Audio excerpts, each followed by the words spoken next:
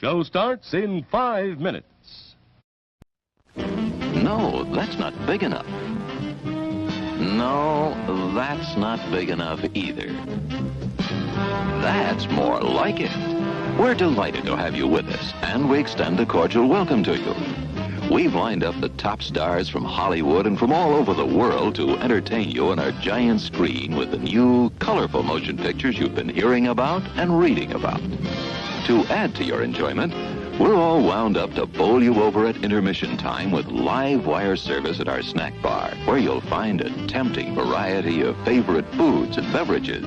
Your continued patronage is very, very welcome. Hey, fellas, don't fight over that hot dog. There's plenty for everyone. Big, plump, and juicy, wrapped in an oven-fresh bun. Add mustard, relish, ketchup, and go to work. Yes, the hot dogs at our refreshment center are the best you'll find anywhere. Everybody agrees on that. It's 4 minutes till showtime. Yum, yum. It's time for a tasty and refreshing snack.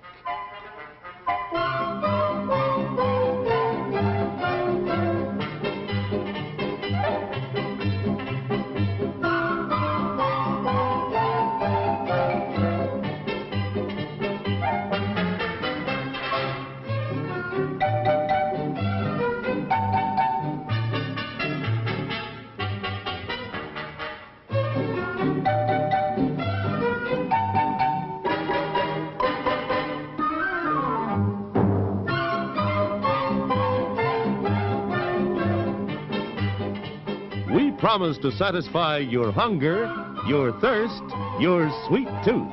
So visit our refreshment center now. Let's go! Show starts in 3 minutes. Your attention, please. All new hotshot electric in-car heaters have been installed for your comfort and convenience.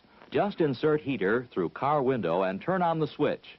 When leaving, please turn switch off and replace on speaker post. Warning, high voltage. For your own safety, do not attempt to repair or remove wires. Do not attempt to open heater unit. If you need assistance, please notify the theater box office or concession manager.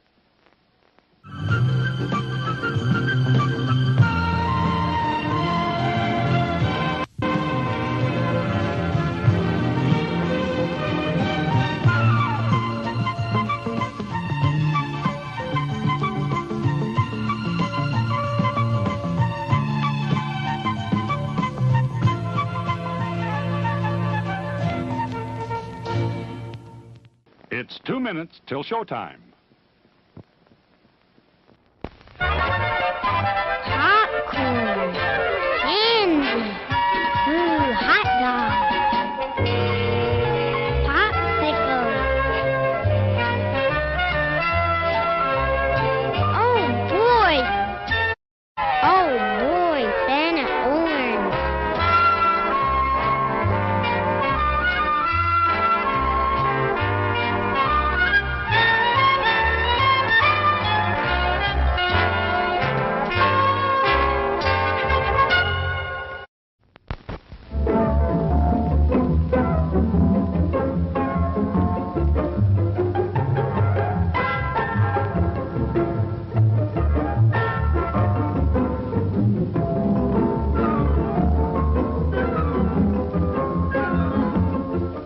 Show starts in 1 minute. There are words men live by, words of strength, of wisdom, and of peace. We urge you to find the spiritual comfort and guidance we all so greatly need by attending your place of worship regularly. Here's a new taste treat. The corn dog. Plump, juicy wieners are dipped in a thick, golden Southern-style corn batter that seals in all their freshness and flavor. If you like hot dogs, you'll love corn dogs. Everybody does. Try a corn dog with your favorite beverage. At the refreshment corner now. Corn dogs.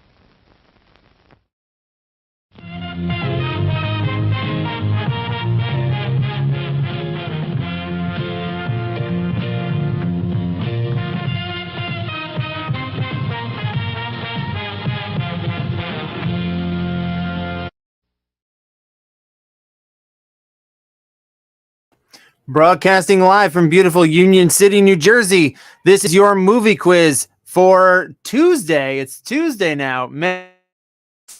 Here we go.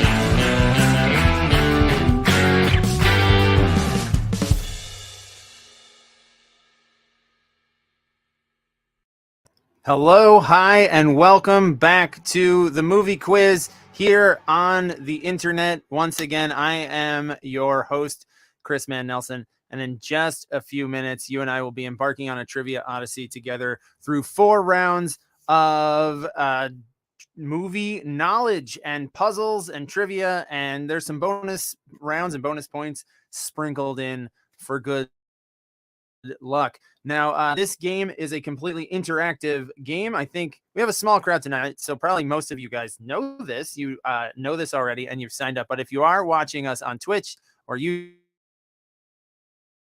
this website right here, play.themoviequiz.com, and enter your team name, your email address, and you can join the game. It is it is not just a spectator sport. You can actually participate. So get yourself signed up. That same website is where your questions will appear, and you will input your answers. So once you've gotten yourself signed up, we'll be going head to head. Now, often on the movie quiz, we have 2 guests, but tonight we just got one because he is a powerhouse on this show. He won our Halloween caveat show all by himself. He's come very close to winning live stream games before. Please welcome back to TMQ, John Burchard. He is here with us. Hey, John. Hey. Oh, I think you're muted. Oh, good. A real auspicious start. Totally great. Okay. I don't know how to press my mute button. Believe me, John, I've done 1 live stream show in the last 3 months. So that will be just the first of many quirks and hiccups. Oh, no. Audience, from here on out, technically immaculate. There will not be a single bit of dead air. Nothing. It's whatsoever. Perfect show. Tight as a drum, an airtight show. I think you're right, John. I'm sorry for letting my standards drop. So how you doing, man? I know that you've gone out to the land of films. You're in LA now. Yeah. After I didn't win the last live stream show that I was on, I was like, I need to up my game. So I moved to Hollywood. It was the only thing I could do. I've been here for a month, guys. Get ready. I've been sucking it in. I'm ready to win this game. You're just absorbing it. Just standing outside of Grauman's Chinese Theater, trying to stand. I mostly stand outside of the Chinese Theater. I am usually dressed as Iron Man when I do it and taking pictures with people, but that is what I'm up to. Yeah. All right, so welcome everyone again to this is game 2 of season 7. This season I am calling it the Shrekficicent 7. Where's my there it is. There's Shrek showing up there. So it's 7 games. Each of them is guaranteed to have a Shrek reference somewhere in the night. So let's jump into the game. Let's get it going here. Here comes. Everything's being slow to respond here. I don't know. Already the words the flawless ascending up the screen are going at regular speed.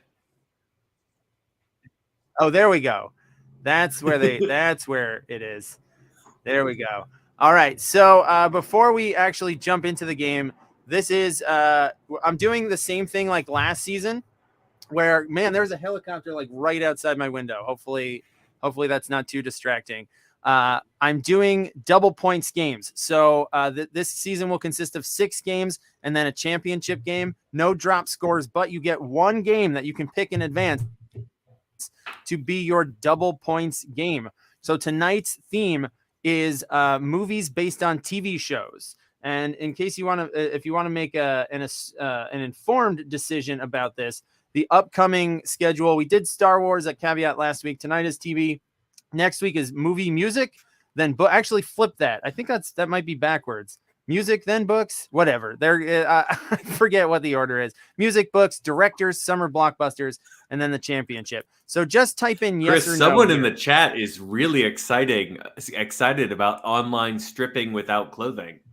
Oh, is yeah,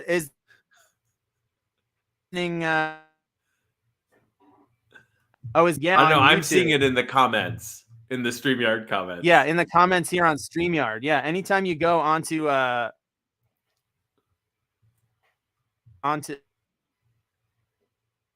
does that. All right.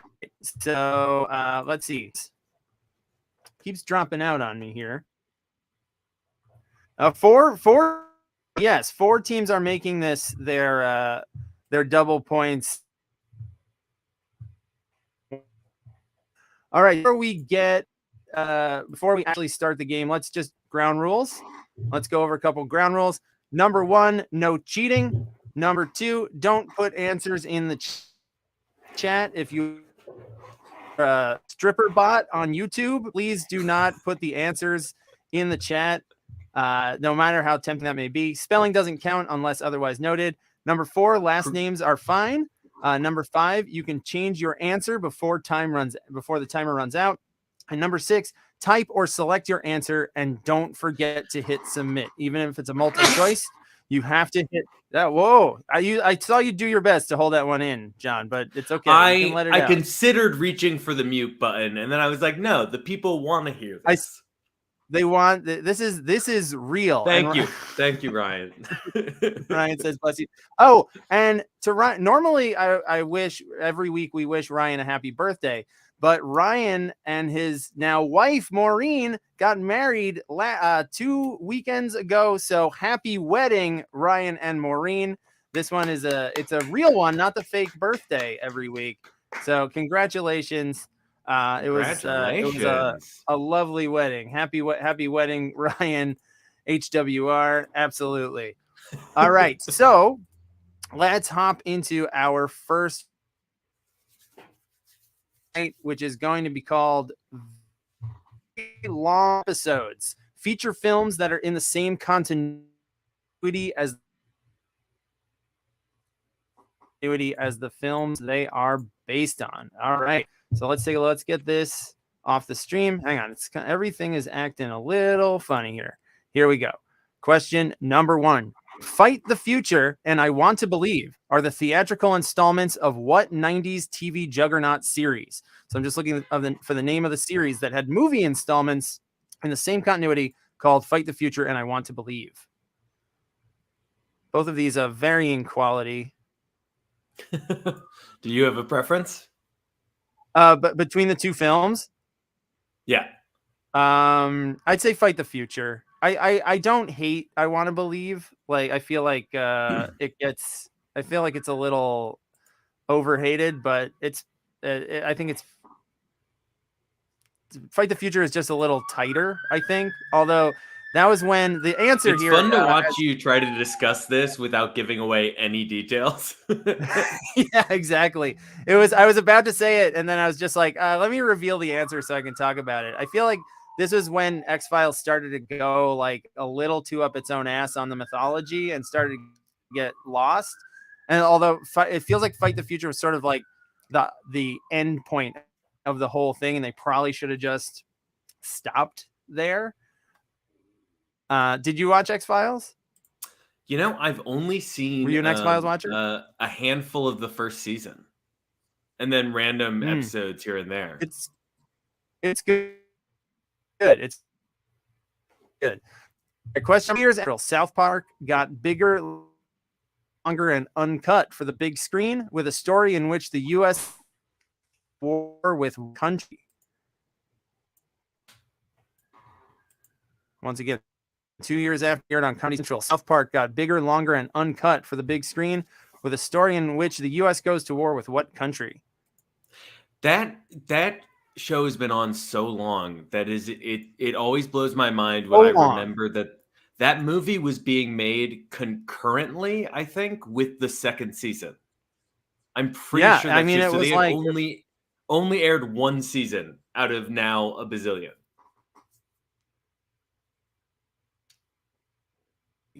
all right. So let's reveal our answer. There was a song famously were mad about losing to Phil Collins for called "Blame Canada." The answer is Canada. 90% of teams remember the South Park movie correctly. All right. Question number 3. In 2019, Netflix released El Camino, a feature film coda to what 2008 to 2013 TV series? Once again, in 2019, Netflix released El Camino, a feature film coda to what 2008 to 2013 TV series? There's another one that I remember being like fine. This one was fine. I haven't seen it. I loved the show, and I, for some reason, just never watched this.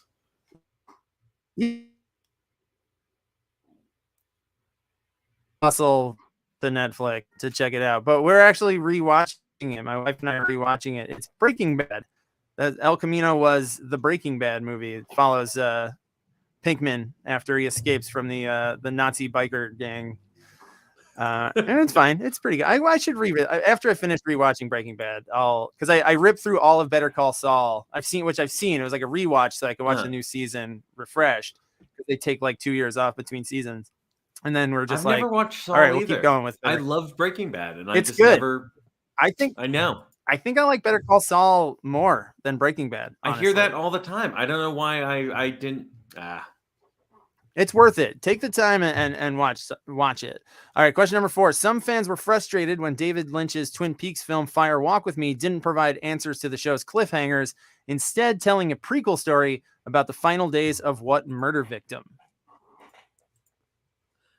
My last night in New York, I went to a screening. John? Is my internet coming through okay? Yeah, I think it might be that. I think I'm having some spotty issues. It might not, but there's some jumpiness. But I think it's on my end. Great. Okay, again, cool. Once again, this is a good thing for the host of the stream to be having internet problems. All right, so this one, the murder victim in the Twin Peaks universe was Laura Palmer. Well, who killed Laura Palmer? Which David Lynch never intended to reveal, and then they made him reveal. So you were saying you went on your last night and you saw a screening of Fire Walk with Me? No, I saw a screening of Mulholland Drive at Lincoln Center for the 20th anniversary, although it was actually 21st thanks to the pandemic. But yeah, and right. Oh my God, what's her name? Oh no, the woman who sings Silencio was there, and she performed live. Oh. I don't know her name either. I know who I'm forgetting her name. About. All right, 60% of teams got Laura Palmer. Question, this is a 50-50. You got a 50-50 shot here. Both Star Trek, the original series, and The Next Generation boldly went to the multiplex, but which Enterprise captain had more big screen adventures? And I'm talking original casts, not working in the reboot. Did Picard have more big screen adventures, or did Kirk? Which one? Rebecca Del Rio. More?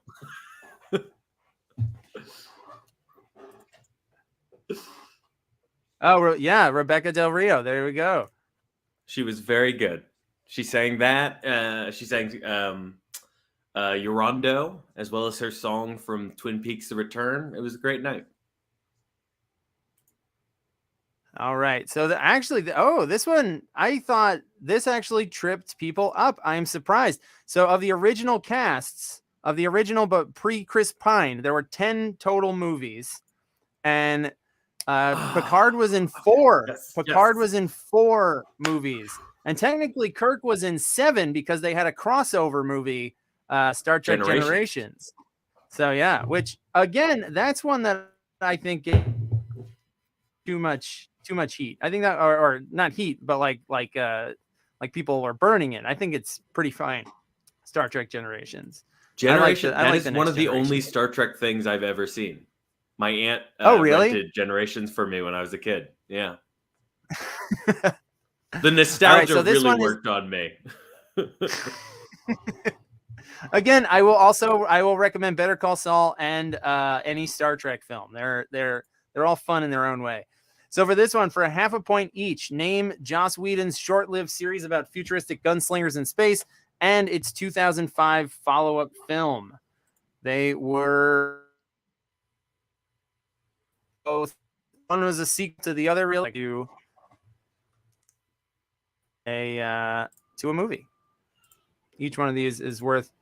We've got some Picard fans in the audience.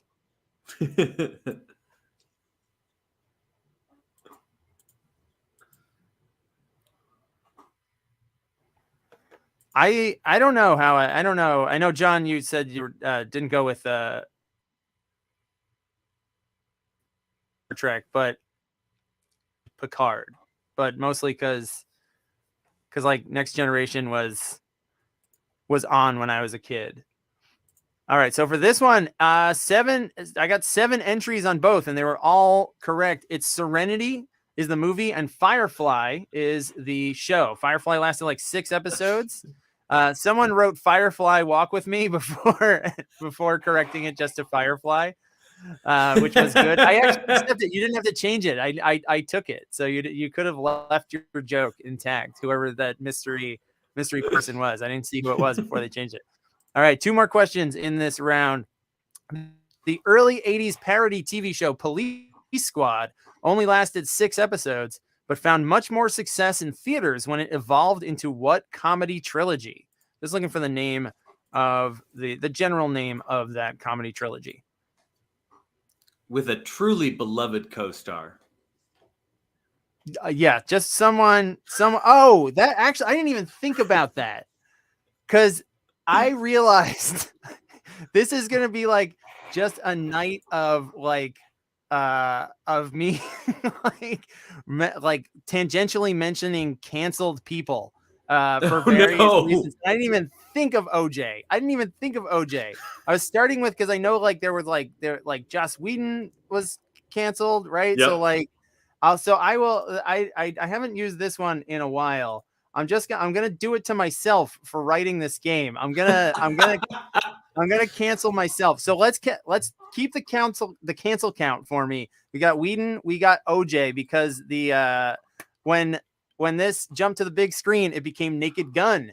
Naked Gun is your answer. It's actually, the first one's called The Naked Gun from the Files of Police Squad. So it is a sequel. It is Leslie Nielsen as Frank Drebin. All right. There was almost tonight a question about James Garner in the Maverick movie. Yeah, in the Maverick, but that was so that one didn't make it because that was Mel Gibson. So that would have upped the count. We can still add it to the cancel counter for 3. All right, so this is another half point situation here.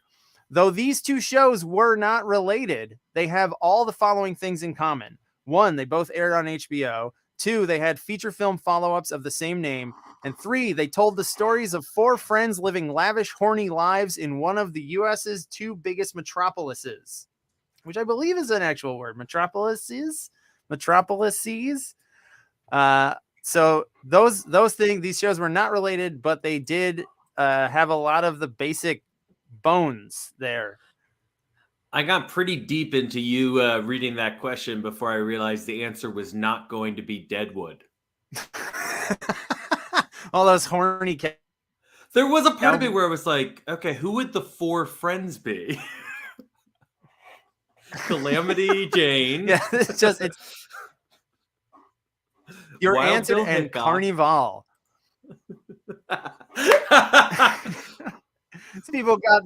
Those people got both of these right. You get the half points. I'm looking for Sex and the City and Entourage. They have kind of a similar rounds show now. Do this.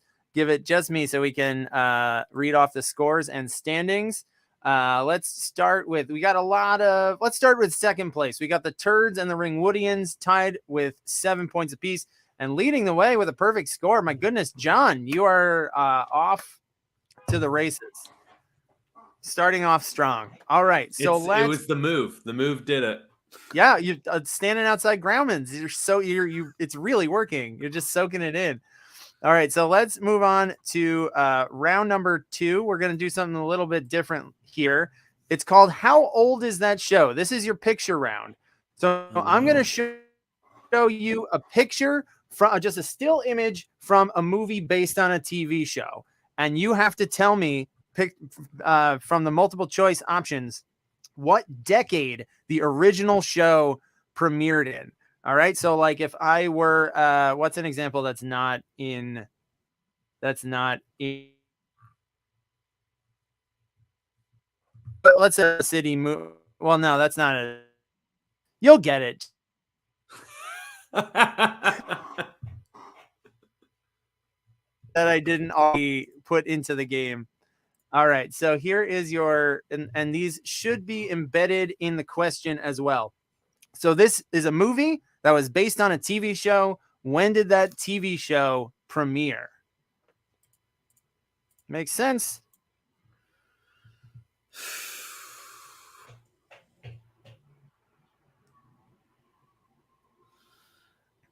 I don't feel great about this round.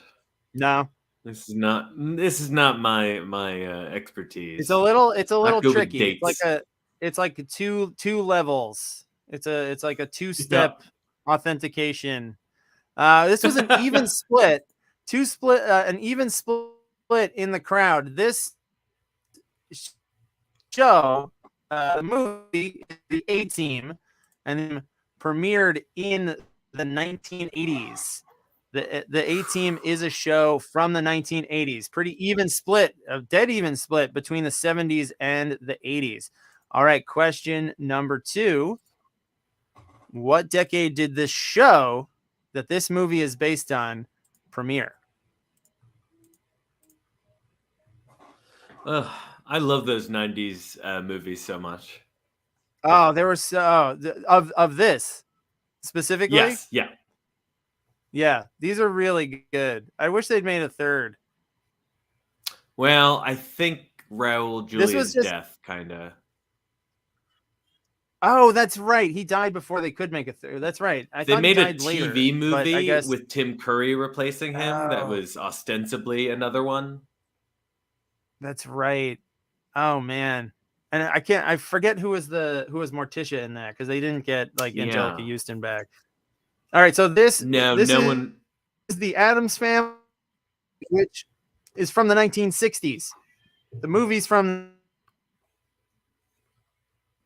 the 60s. This was part of a spate of just like all kinds of 60s shows in the 90s being adapted, like McHale's Navy. Like they were just doing exactly Flintstones. They were just doing like everything.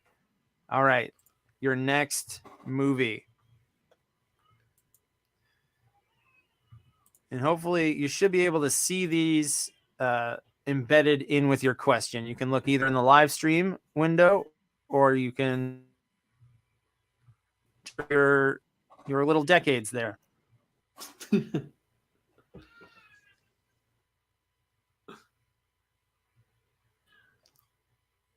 I never saw Full Throttle because there's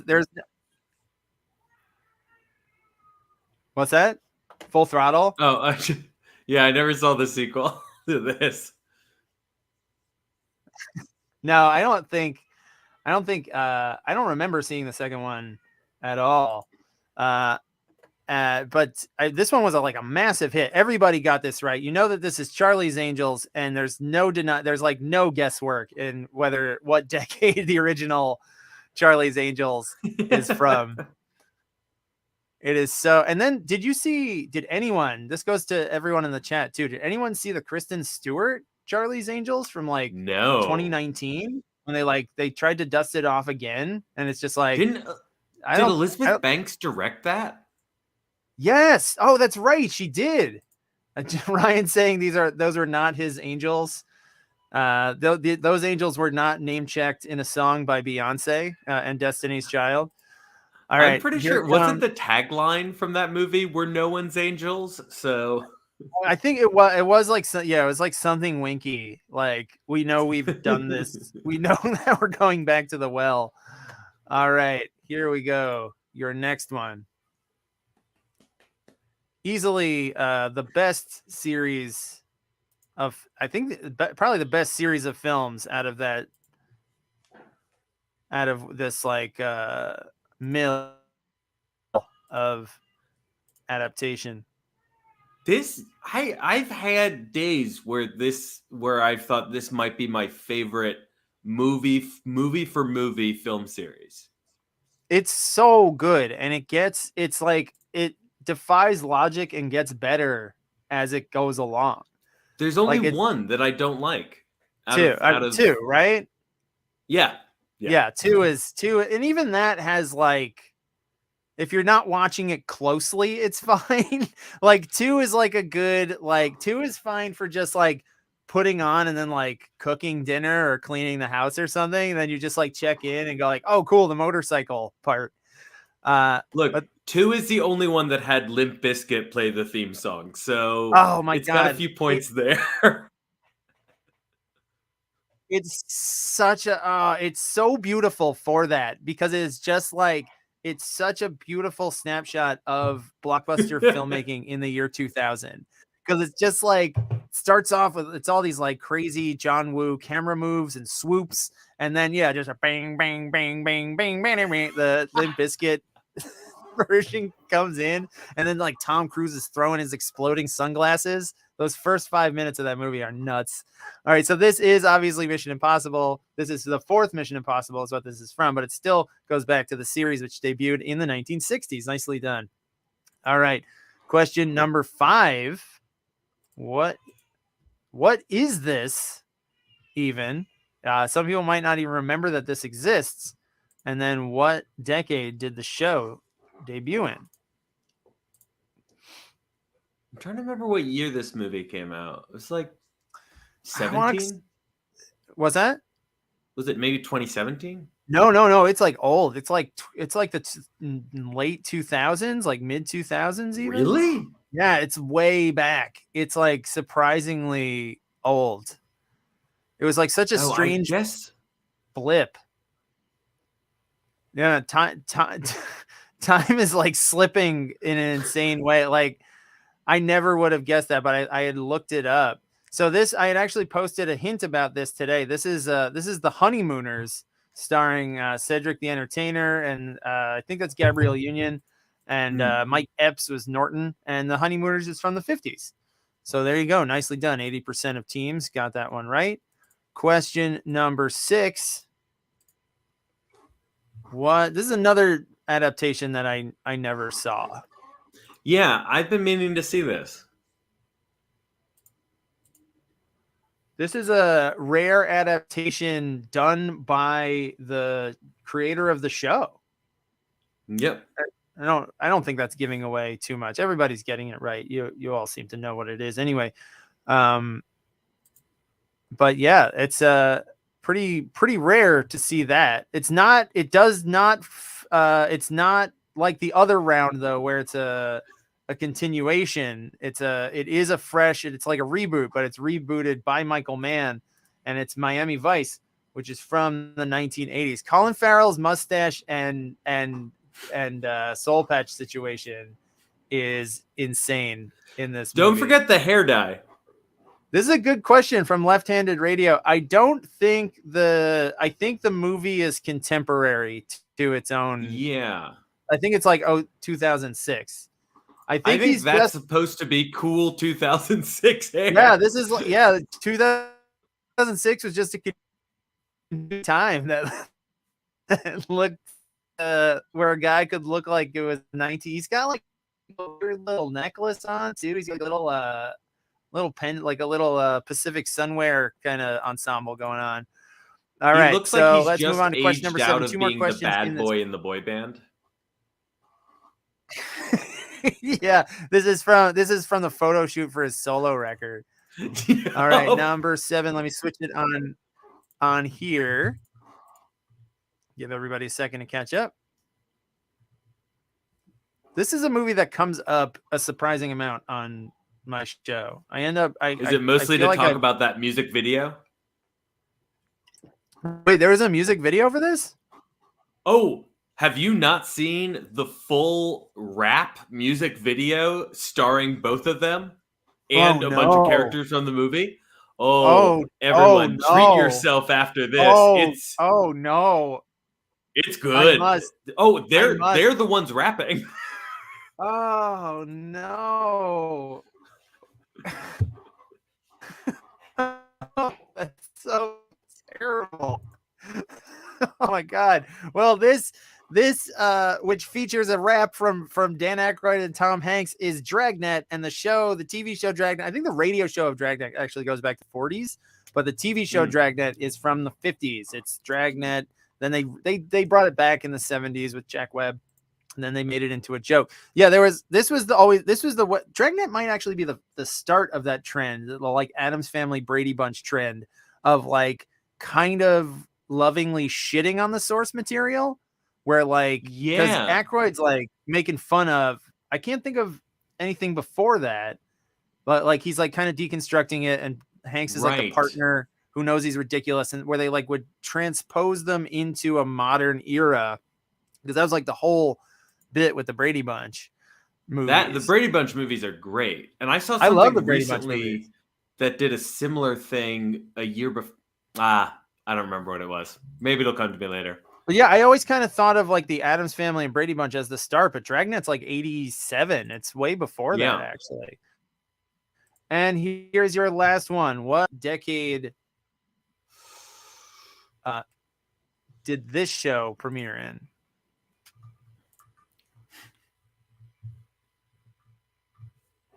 I was wondering if they changed the car for the movie. Well, I was gonna put this on the cancel count for the top of this car.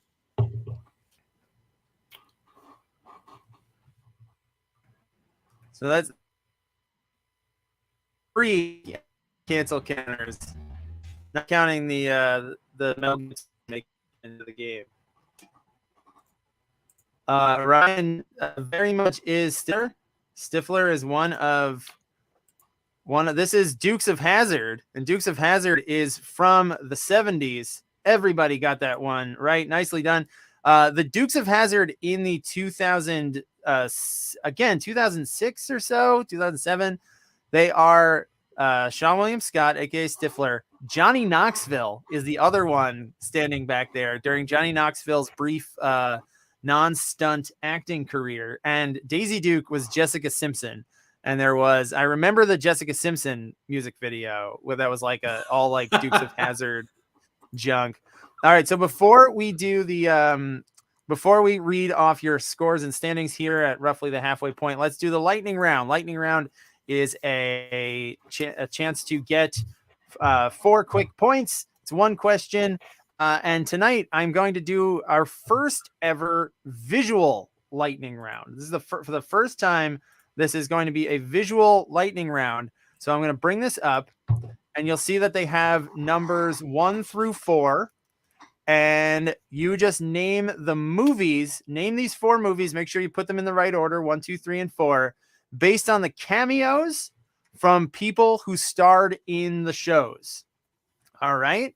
So just name the shows based on these cameos. I will give you 30 seconds. Let's see if anybody has submitted. You can start typing them now. If you want, type them all out, and when you're ready, hit submit. 30 seconds on the clock starts now. I rewatched number 3 a few weeks ago.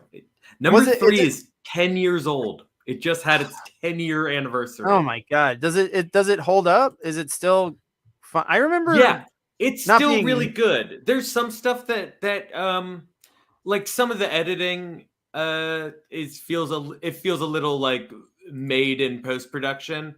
But the core friendship still holds together so well and makes the movie work. I never saw the second one of I think if I'm right, I saw it in theaters. If I'm right about what number 2 is. Number 2, I saw in theater. Number 2 is on my list of movies that like no one gives a shit about or likes, but I will go to bat for. I think number 2 is actually really funny. It has some very funny moments, especially as far as these kinds of adaptation movies go. So number 1, that's Eric Estrada, right there in Chips with Michael Pena taking over as Punch. Number 2, that's someone who knows more than me. I know one of them is David Soul is Hutch. I forget what Starsky's name is. That's Starsky and Hutch. Number 3, which I don't. This might be for the cancel counter. Someone please bet. I don't know. Johnny Depp. I know that something's happening. I'm not paying close attention, so I don't know if this goes for the cancel counter, but that's him reprising his role actually in 21 Jump Street. And number 4, that is Florence Henderson in the aforementioned Brady Bunch movie. All right. So Ryan is saying that he loves number 2. I'm all for. I think Starsky and Hutch with Stiller and Wilson is actually really funny. All right. We got Stand with Depp. I really don't know what's happening. I know that there's like a domestic abuse trial, but I don't know what's happening. So I don't know if that. Tell me if that one goes on the cancel counter or not. All right. So let's let's take a look at your. I stand with Florence Henderson. Yeah, I think we can all let's just stay with Florence Henderson. It's a nice. She did bet. date her on-screen son. Oh, did she really? Oh no! Yeah, if the genders reversed, maybe she would have been Me Too. Oh my God! Yeah, I think now we got to cancel. We got to cancel Florence Henderson. Whoops. All right, so let's take a look at your scores here at the halfway point. We've gotten the top 3 spots, the producers with 18, the Ringwoodians with 19, and John staying perfect with 20. All right, and that's going to take us to our third round, our puzzle round. It's going to be a rhyme time round, and it's all about SNL movies. SNL movie rhyme time is your puzzle round tonight. So each answer will be 2 words. It's only going to consist of 2 words. One of those words will be a character's name that you'll from an SNL film. It could be their first name or the last name, not the actor, but the character. It's always going to be a character's name. And 2, a word that rhymes with it that you'll glean from the clue. All right. So this one should be pretty straightforward. There's only so many SNL movies. Not enough. Here we go. No, there should be more. All right, here we go. All right, question number 1. Brothers Jake and Elwood are on a new mission from God to create their own line of beers. Jake and Elwood, hang on. I accidentally locked the question. So all of these will be just 2 words, and those 2 words will rhyme. One of them will be a character's name from an SNL movie. Brothers Jake and Elwood are on a new mission from God to create their own line of beers. Huh. I might be confused, but well. Is this one going to cost you your perfect game, John? Yeah. I think I'm confused about the rhyme part. Okay, I should have given an example. I thought this one was straightforward enough that I did not make an example for it. Also, there's not that many SNL movies to actually round out a round plus 1 more. What I'm looking for here, we've got the Blues Brothers, and beer is brews. So I'm looking for Blues Brews. Oh. So it's just. All right. You get it now? I got it. All I got right. blues. So yeah, Blues Brews. So all right. We'll get through it. It'll be fine. More Aykroyd. This is Aykroyd. If you're doing a separate yes, and I did accept booze because for rhymes, that's not like pure trivia. There's interpretation. So booze absolutely works. All right, Dan Aykroyd. Aykroyd count number 3.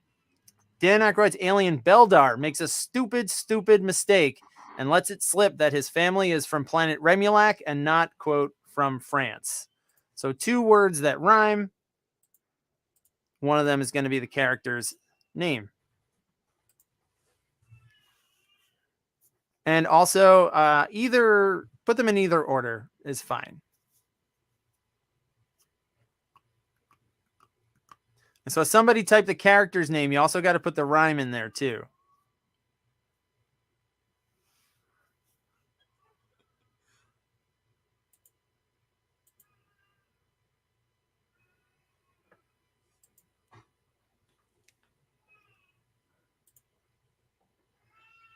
All right, so let's reveal this one. So Beldar, he is one of the Coneheads, and he makes a stupid mistake, which makes him a bonehead. He's a bonehead conehead. Bonehead conehead is your answer.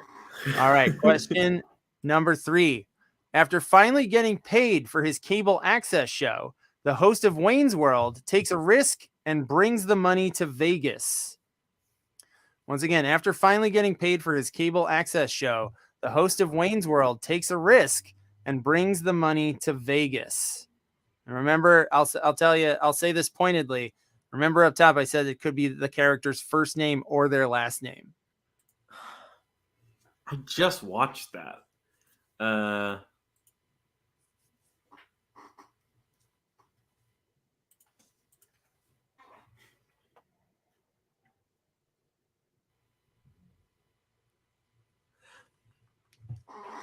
Got it.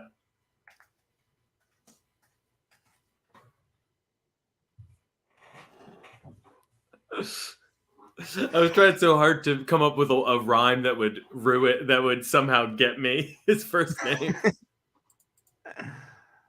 All right. All right. I'll take that one. Someone did Wayne's Pain. I will take that. What I was looking for specifically though was Campbell Gamble. Campbell's Gambles, anything like that. And John, can you tell me who played Wayne Campbell in the Wayne's World movies? Mike Myers. And what character did Mike Myers famously also voice? Shrek. The question was Shreknificent. That was your Shreknificent question for this evening. There it was. It was just full of Shreky goodness. Somebody. Yep, there we go. You've been Shreked. You've all been Shreked. It will happen 5 more times this season. All right, here we go. 50% of teams got Campbell Gamble. Nicely done. All right, question number 4. This Tim Meadows ladies man brightens up his bachelor pad when he gets his name written in lights. This Tim Meadows ladies man brightens up his bachelor pad when he gets his name written in lights. Wow, I wonder how well that movie holds up. Yeah, I was wondering too. Because I remember liking the ladies man. I don't remember the movie super well. The funny thing is, like Will Ferrell's in like 90% of Wayne's World movies. Yeah, he was. He's I guess the cuckolded husband, and I think there's just a bunch of closeted gay jokes with him. I think that probably aged poorly. Yeah, I have a feeling there's probably a lot of like badly aged consent stuff and but I think at the time it was the first R-rated SNL movie. Oh, was it R-rated? Really? I guess until well, I won't say the name of the. Well, yeah, it's okay.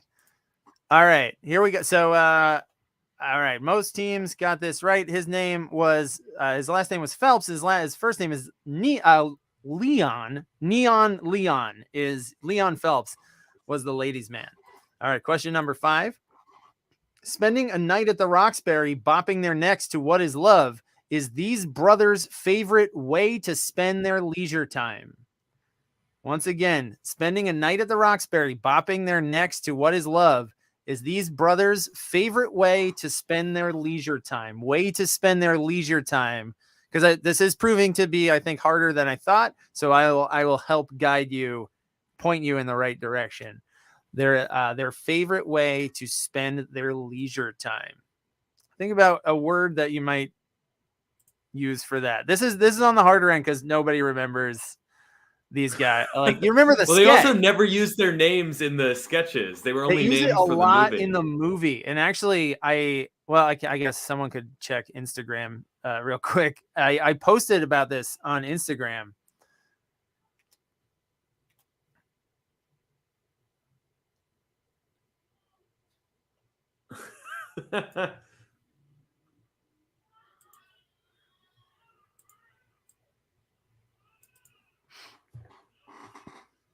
Tough one. I think this is going to be a goose egg. This is going to be a goose egg. This is a hard one. Oh, one team got it right at the end. One team got it right at the end. So they were, I don't even remember their first names, but they were the Butabi brothers. They were the Butabi brothers. And the way to spend your leisure time is a hobby. So I was looking for Butabi hobby. Butabi hobby. Only 20% of teams got Butabi hobby. All right. Question number 7. Will Forte's riff on 80s TV action heroes becomes a successful vlogger on Google's video platform, giving tutorials on how to defuse bombs. So think about what that character's name is and a word that might rhyme with that and go with this clue.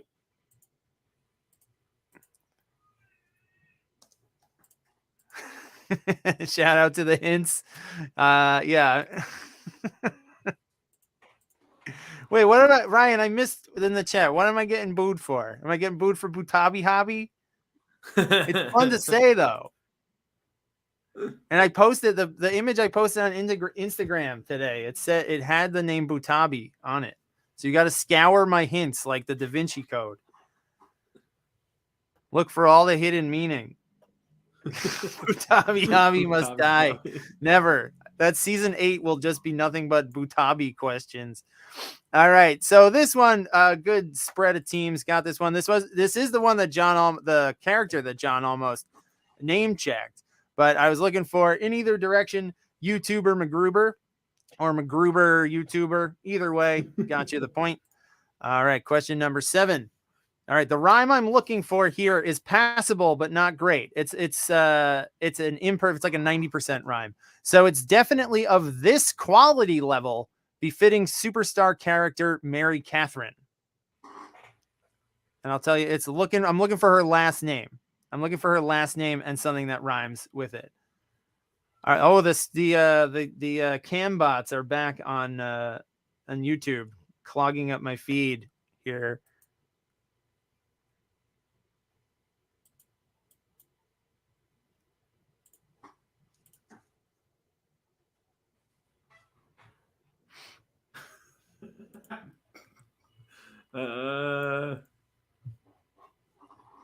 Of this quality level.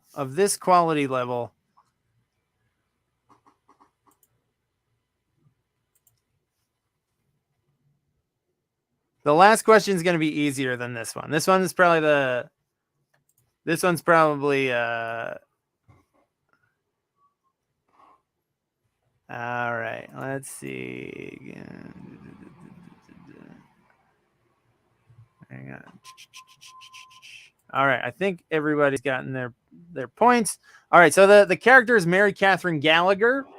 And I was looking for Gallagher Caliber. Oh. So that's the quality level that I'm looking for there. And your last question, this should be easier. And I'm tallying this one up because this character is definitely cancelable. So putting it on the cancel counter. Join this online discussion group to analyze SNL's painfully outdated character whose gender is a mystery and whose movie sits at 0% on Rotten Tomatoes. So join this online discussion group to analyze SNL's painfully outdated character whose gender is a mystery and whose movie sits It's 0% on Rotten Tomatoes. It's kind of crazy by modern standards that this was a character popular enough to be on the show like weekly almost, and to get There was a movie. a show on, I think, Showtime, where the lead actress from this plays herself, and they discuss how, like, a fictional version of herself discussing how badly this aged. I forget the name of that show, though. Yeah, okay, but respect to Julia Sweeney and Ween. That Julia Sweeney is the actor who played Pat. Pat is the character. I'm looking for Pat Chat, Pat's chats, anything in that ballpark. Got you the point. It's kind of crazy. There was one movie, there was one SNL movie that I didn't get on this list, and I can't remember what it was. There was one that I mean, not counting like Wayne's World 2 and Blues Brothers 2000. Stewart Saves His Family. Stewart Saves His Family, and that would have been on the cancel counter too, because that's Al Franken. Al Franken.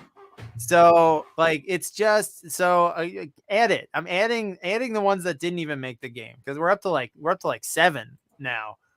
All right, so but let's take a look at your scores and standings here after 3 rounds. Give me 1 second to. All right, here we go. Let's take a look at what we've got. We've got in tied for second place, tied for fourth place, because it's really like tied for third place. White Lafro and the Turds. And tied for second, we've got John Brashad. Nicely done, John, and the Ringwoodians. And jumping into first place with 26 points is the Producers. But before we move on to our final round, which is your double points round, this is a totally free game to play. We don't ask you for any money up front, but donations go a long way. And so to not just come here hat in hand, I like to invite some of my friends from the Hollywood community, that, you know, people who also stand outside Grauman's Chinese. So this is a very special moment in every show, a visit from Hollywood. And this is today's guest is coming to us not just from Hollywood, but from the TV afterlife. He's a famous TV person. He was, and now he's a ghost. Please welcome the ghost of Bob Ross. The ghost of Bob Ross. Hello, Bob. It's great to see you. Thank you for having me, Chris. Bob, I can't. Opportunity to. Well, Bob, can you hear me? Yeah, now I can. Chris. There we. Thank you Hi, so much Bob. for having me on the show. I want to take this opportunity to express my gratitude for having me on your program. Wonderful to have you here. And I haven't seen you. I saw you before you did. Chris, your internet is just terrible. I'm not a negative person, but it's hard to hear you, my friend. Is it? It's dropping out. Sorry about that. Quite a bit. Sorry about that, Bob. You know, I take responsibility. It may be my internet. No, it's probably mine. I'm getting. Well, as I like to say, there are no mistakes. There are only happy little accidents, and yet I can't help but blame you for this situation.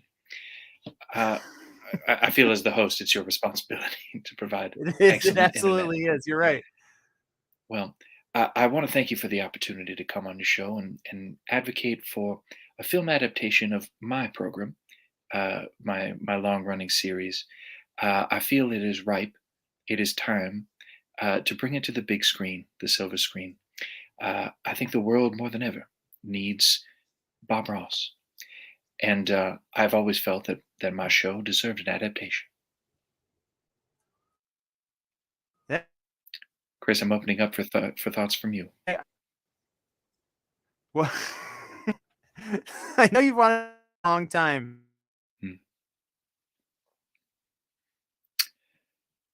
Well, as a dialogue, this is a failure. I can hear nothing that you say, but I will instead speak.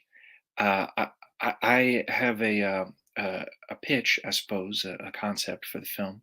I don't know if you're familiar with my series, but perhaps you'll recall at the beginning of every episode, I like to open with a bit of a fun gag, a bit of a joke around, where I portray a sort of buffoonish version of myself, carrying a very large paintbrush, and I paint a scene in no time at all, and then enter that scene. I think it's a whimsical idea, and I would like to create a film around that concept where I am within one of my own paintings. I think it would be fun for everyone, and I think a fit punishment for myself to be trapped in a hell realm of my own creation. Am I live? Have I been cut off? Chris, I don't know if you have removed yourself from the chat and I'm speaking to your audience, or if I have been booted from the conversation. If so, I take no offense. Obviously, you have things to I'm work back. through. Bob, can you Oh, hear me now? I can hear you indeed. Thank you, Chris. Oh my goodness. All right. I'm sorry about I went to Oh, I think it's the connection between the afterlife. It's connecting to the afterlife that's causing oh, some issues. is your guest also dead? Because this has been going No. on the whole show. Oh, has okay. Perhaps good it to was know. my lingering presence in the background. Your presence was it was adding to the stream. So I'm sorry. Love to see it. What did I miss? Because I Oh, had well, I'm sure your audience would appreciate me repeating what I just said. I'll start at the beginning. Hello, Chris. Thank you for welcoming me onto your show, and I want to thank you for the opportunity to make my pitch for a film adaptation of my, if I may say so, wonderful series. I know that I've had the tremendous opportunity to bring art and good feelings to America for several years, and I think it is ripe. The time is ripe to bring that feeling to the silver screen, and I would love the opportunity to do so. oh, Um, did you hear any of my pitch? I did. But Excellent, excellent. what would be? I know you've talked about this for a long time, but I know you had some Happy to different repeat myself. ideas. Mhm. Yes. So the basis of the film would be around the lovable introductions of my shows. I don't know if you were a fan. Oh, I was Um, absolutely. Excellent. So perhaps you'll remember at the beginning of every show, I like to do a bit of a shtick, a bit of a kid around, where I dress myself as a sort of buffoonish janitor with an oversized paintbrush. And what I would do is depict a landscape in no time flat, and then I would enter that scene physically, which is a hilarious impossibility. And I think Yeah. that would be the Oh, jumping off point for the film. I would enter a landscape of my own design, and I would experience the paintings that I have created over the years, and I think it would be lovely and also possibly nightmarish for me, um, but but certainly delightful for the viewing audience. I would hope. yeah. That would be. Would it be like kind of weave in and out of genres, like kind of romance to action to family drama, kind of? Oh, excellent question. In my mind, I would wander between the copses of trees. I would see myself fuzzily reflected in a water body that I had created. I think there would be squirrels and perhaps a fox, uh, and I would contemplate live on screen. This would be live, and everything would be depicted in paints. So a sort of Bob Ross oil painting, akin to a Scanner Darkly, if you understand my Hmm. meaning. I do. I do. I think that would be Mhm. very exciting. So, Bob, do you want to tell us more about it? You want to stick around for round 4?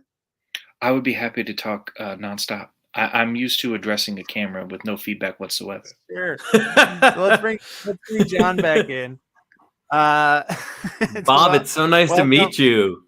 John, it is a pleasure to make your acquaintance. Thank you, my friend. God You bless. you were correct. I am dead as well. I'm also dead. Oh, Yeah, excellent. I mean, Perhaps It's I'll really see you around messing the with the cafeteria. internet. Yes, all understood. all of the YouTube cam bots are all ghosts as well. All of the wow, that was a cool zoom there, John. It was like a crash zoom. Perhaps you would All like right, to so direct my film. Wait, what just That- happened? Who's gonna... End of story. It's certainly not worth repeating. Let's continue with the game, shall we? This is Chris's show.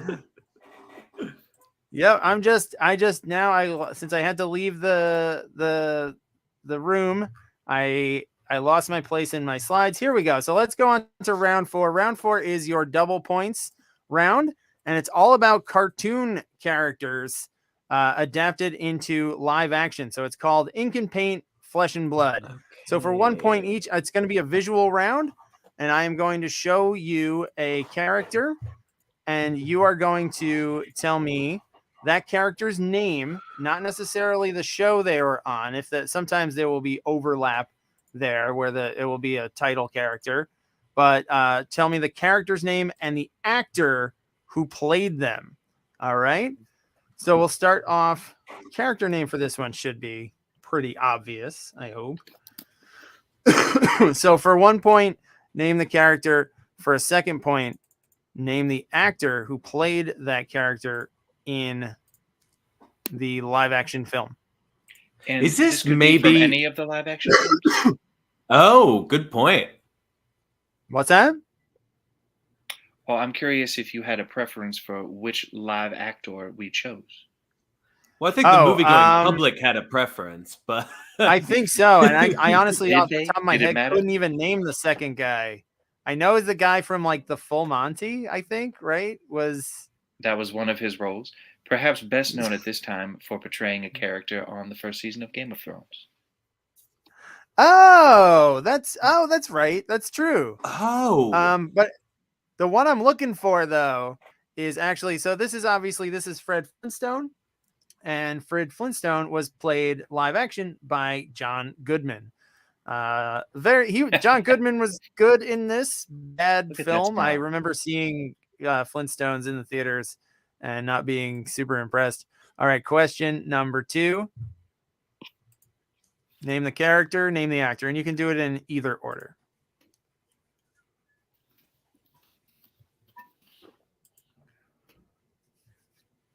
I'm surprised they haven't tried to make a new movie of this. I know, especially considering how kind of nuts the original version is. It's like a really bonkers film. Is it possible that a song from that movie is more famous than that movie?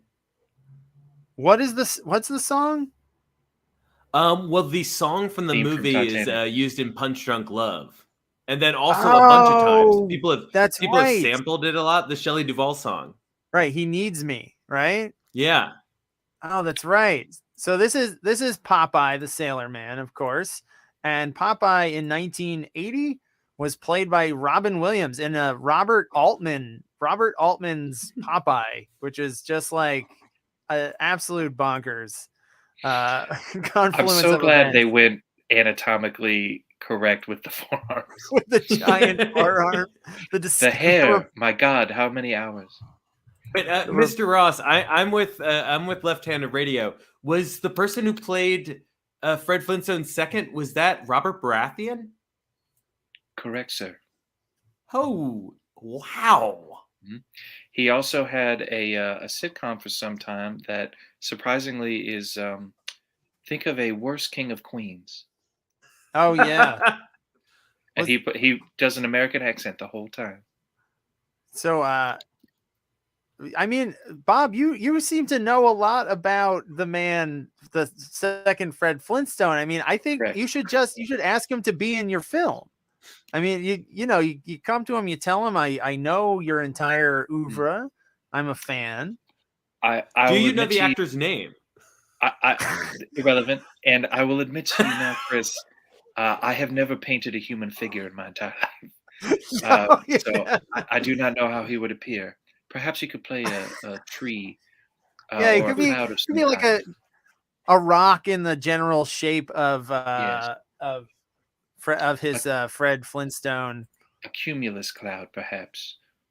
I believe he was also in A Knight's Tale. He's also in. I promise I do Jack not have Frost IMDb open. I am this impressive. He's in Jack Frost with Michael Keaton. No kidding. The Keaton Frost. He's in that one. Is he the man in the snowman suit? Or he appears as a human being. He's a human man. That that's would be way- trouble for you, unfortunately, Bob. I know that could have been a loophole for you if he had been the snowman. That's as close as All I've right. ever come. So this is Daphne from Scooby-Doo, and she was played by Sarah Michelle Gellar. Sarah Michelle Gellar in the two Scooby-Doo live action movies, written by James Gunn. I think both of those movies were. Did he direct All them right. too? No, I don't think he directed them. Oh. All right. Here comes your next character. Your next cancelable.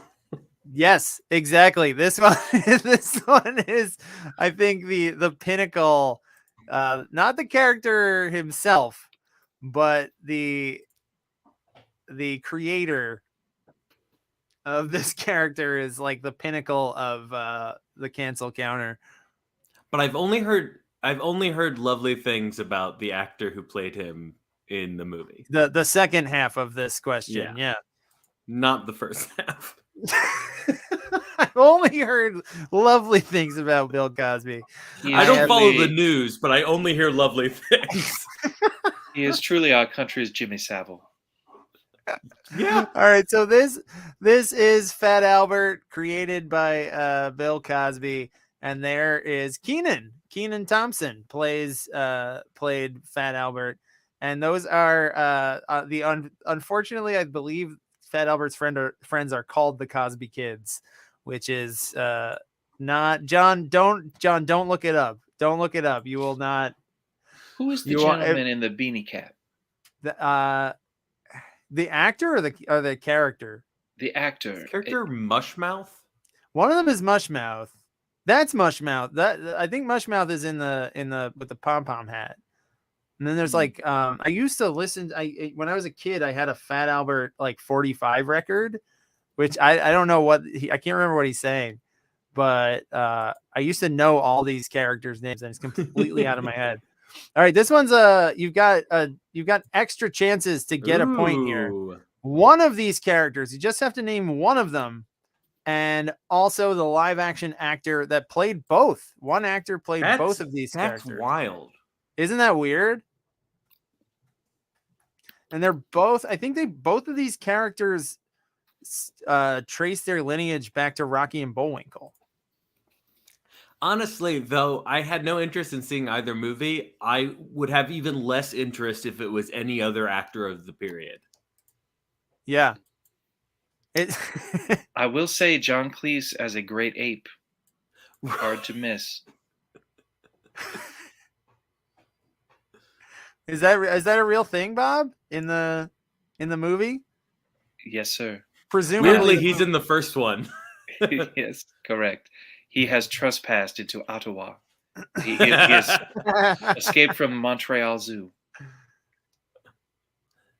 Yeah, I don't think it's the same character design because the guy, the one on the right, is so much buffer.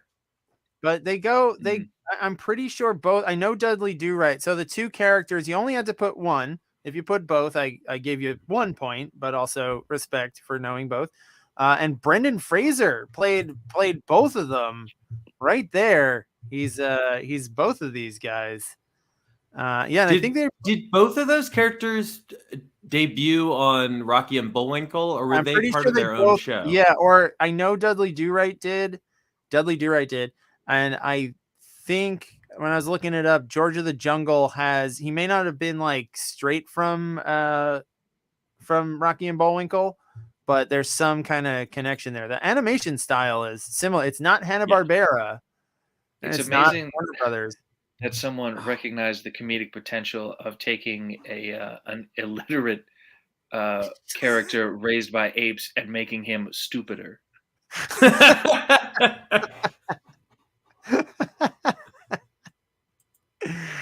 All right, so here's your next character. Famous Rutgers grad. With this character? Yes. I went to Rutgers, and in our first, like, our orientation, we got an orientation packet, And I still remember that one of the facts was that this character is a graduate because in one short he's trying to go to a college football game and to cheer on his alma mater, Rutgers. And does he wear the big fur coat, etc.? He does. It's a very old school college football attire. Booster, yes.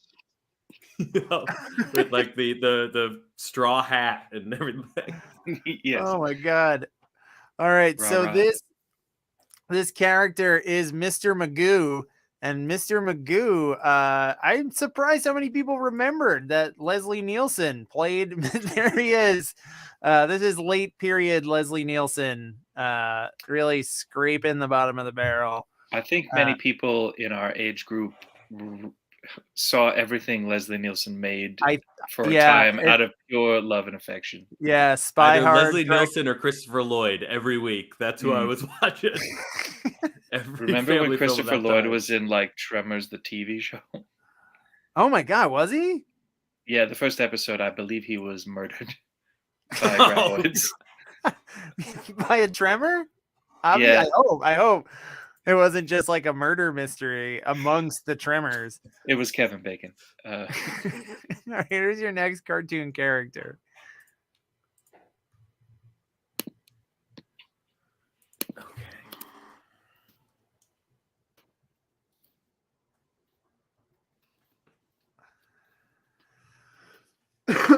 This actor is perhaps the most shockingly uncanceled person of the entire. It's amazing. Yeah. I believe he is a physicist. He's got a PhD. Yeah. Yes, correct. A very intelligent piece of beef. Did you ever see Showdown in Little Tokyo? No. With this gentleman opposite Brandon Lee? No. Oh my god. I didn't realize there were more than I only knew of 2 Brandon Lee movies. Yes. It's not good. But if you bought a DVD 2-pack just to own Bloodsport, you would have seen the film. So this is He-Man, aka Prince Adam, and it's Dolph Lundgren looking. There he is. That's Dr. Lundgren. There, isn't he in Creed? He's in the new Creed, right? Oh, that would make sense. I think right? yes, he is. Creed. And I have to point out that the villain of this movie and perhaps the most acclaimed actor in the film has recently been canceled. That's right. Oh my god, I wasn't even counting that. Oh my god, holy shit! The cancel counter is just—it's like a thermometer that exploded. Remind me. Lord. I want to say Jack Palance, but that's not correct. Frank Langella. And as the Ryan, star of the post-credit scene. Yeah, the post-credit scene in this is insane. It's just like Skeletor's head coming up out of like a pool, right? Mm-hmm. And he's like, I'll be back, and then it like freezes. Apparently, he loved doing this movie, and now he's been canceled. All right, here's your final regular question of the game. What character is this, and what actor played this character? What's her name?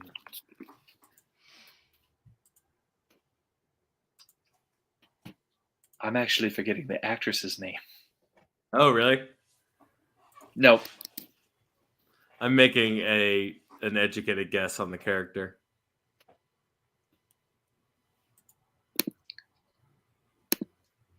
I hope this is the character's name. It is the source material's name, I believe. Was the guess I went with. So. Mm-hmm. All right, we have some good guesses. Not that does not sound what good. Not Tank Girl. No. There was just going off the incorrect ones. There was some funny guys. Not Tank Girl. It's not Angelina Jolie. This character who was on an MTV cartoon, the like weird mid-90s MTV slate of cartoons, like The Head, Matrix, and the what was the other one? The Max, Liquid Television, right? Liquid, yeah, it was all like spent like in that vein of Liquid Television. It's Aeon like an Flux. early Adult Swim. Aeon Flux, played by Charlize Theron. All right. So we've What I got. believe the villain is unimpressive- Francis McDormand. All right. So we got one last question left that's worth upwards of 6 points. So let's take a look at your scores and standings heading into that that final question. We've got in the top 3 spots the Turds and the Ringwoodians tied with 38 points apiece. We've got in second place the Producers, and in first place, overtaking, I believe, taking the top spot here, going into the final question. John is holding down a 1-point lead. So now that brings us to our final question, our post credits bonus. So it's a single question that has 2 correct answers and 1 fake out. Each correct answer is worth 3 points. So upwards of 6 points. But if you click the fake out, if you choose the fake answer, you will lose your points. So if you know 1 for sure and you don't want to risk it, hit 3 and hit submit. You don't have to gamble. But if you want to gamble, go for it. All right. So tonight we have talked about cameos from the original TV actors, and we've talked about animated series that got adapted into live action. That is where your crossover is. All right. So good question. Don Adams, pictured here, made a voice cameo in the 1998 live action adaptation of the cartoon he'd starred in. So he was in a cartoon. There was a live action adaptation. He did a voice cameo in that. But sadly, he died before the 2008 big screen version of his live action TV series. So he was in a live action series and an animated series. Both got adapted into live action series. What actors played the movie versions of the 2 roles that Don Adams originated on TV? All right. So who played his characters in the movies? Your options are Steve Carell, Matthew Lillard, and Matthew Broderick. All right. Here we go. Soak it in, think about it, and the timer starts now.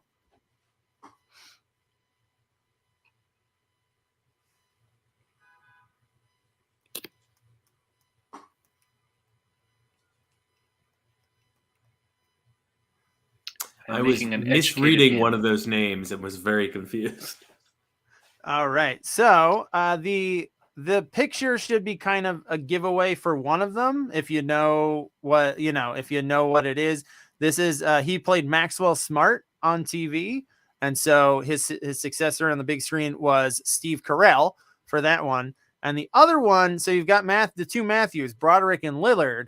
And if you thought it was Matthew Lillard, you thought maybe Don Adams' voice out there was that he was Shaggy. That was actually Casey Kasem. But the voice that Don Adams provided was for Inspector Gadget.